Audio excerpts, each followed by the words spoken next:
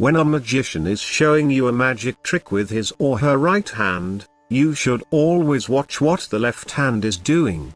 When it comes to times of war, one should always be skeptical of a government beating the war drum against another government or entity. Ask yourself, why now, why this entity, and what is at stake? A good example of this can be seen in Africa. Since 1998, close to 6 million people have been killed in the Democratic Republic of Congo due to fighting over mineral resources, many of which are used in cell phones around the world. This barely receives a mention in the corporate news. In contrast, we were told that Libya, the country with the highest standard of living out of any country in Africa, needed to be bombed in a humanitarian intervention to prevent a massacre that may or may not have ever occurred.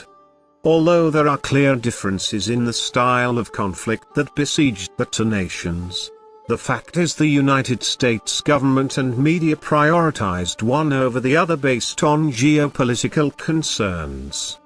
For example, Hillary Clinton's leaked emails confirmed the notion that Libya was destroyed in 2011 not out of humanitarian efforts, but in part because Libya's former leader Muammar Gaddafi intended to tie Libya's oil supply with its gold supply and create a unified African currency that would challenge the financial market's current power structure.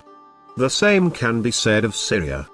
As Alternet notes, the media has ignored a number of leaked United States government documents and audio content regarding the Syrian conflict.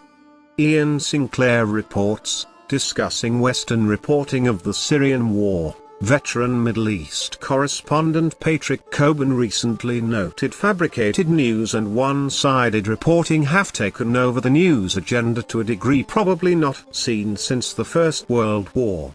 Professor Piers Robinson, Chair in Politics, Society and Political Journalism at the University of Sheffield, concurs, arguing we must now seriously entertain the possibility that the war in Syria has involved similar, if not greater, levels of manipulation and propaganda than that which occurred in the case of the 2003 Iraq War. A good example of a leak that should have been headline news across the world, but wasn't, is leaked audio of former Secretary of State John Kerry meeting with Syrian opposition groups in September of last year. Kerry admitted to these groups that the United States knew ISIS, also known as Daesh, ISIL, was gaining momentum in Syria, and the United States, in turn, hoped this would bring Syrian President Bashar al-Assad to the negotiating table.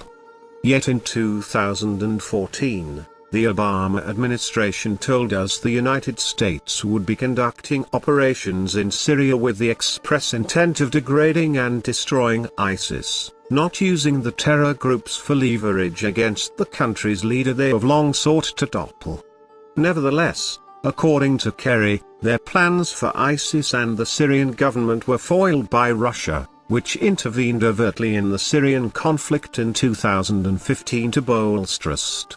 In 2012, a classified Defense Intelligence Agency report predicted the rise of ISIS, something actively encouraged by the United States establishment. The report stated, if the situation unravels, there is the possibility of establishing a declared or undeclared Salafist principality in eastern Syria. And this is exactly what the supporting powers to the opposition want, in order to isolate the Syrian regime. In October of 2012, the New York Times reported that most of the arms shipped at the behest of Saudi Arabia and Qatar to supply Syrian rebel groups fighting the government of Bashar al-Assad are going to hardline Islamic jihadists. According to American officials and Middle Eastern diplomats. Again, Hillary Clinton's leaked emails show she was well aware that these arms supplies were directly benefiting ISIS. One leaked document from the former Secretary of State reads, "We need to use our diplomatic and more traditional intelligence assets to bring pressure on the governments of Qatar and Saudi Arabia, which are providing clandestine financial and logistic support to ISIL and other radical Sunni groups in the region. Emphasis added, according to 4-star General Wesley Clark, a former NATO commander, he unofficially received a memo that detailed a plan the Pentagon adopted shortly after 9/11 to topple the governments of 7 countries, Syria included. According to more documents released by WikiLeaks, the United States establishment wanted to provoke us to overreact to the threat of violent extremists crossing the border into Syria, similar to what was done to Russia in Afghanistan in the 1980s.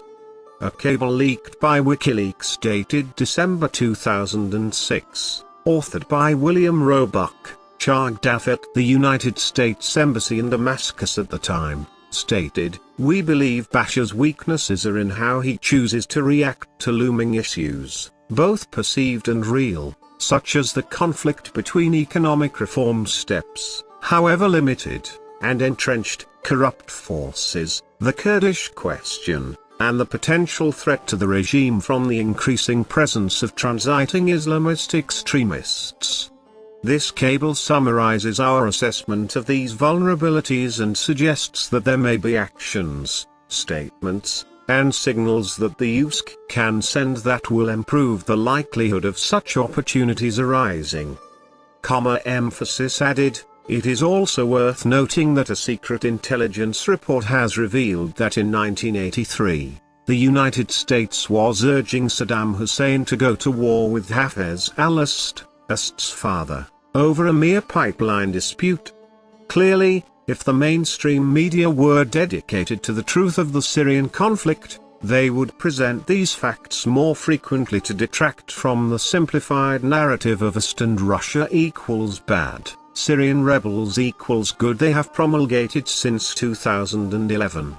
However, it is only through alternative forms of media and ongoing leaks that certain sections of the public are even aware of these issues, as independent media tends to highlight these glaring stories as opposed to glossing over them momentarily. Source: http://www.thedailysheeple.com/the media is refusing to cover these damning leaks from the Syrian war_0 to 2017. Credits: thedailysheeple.com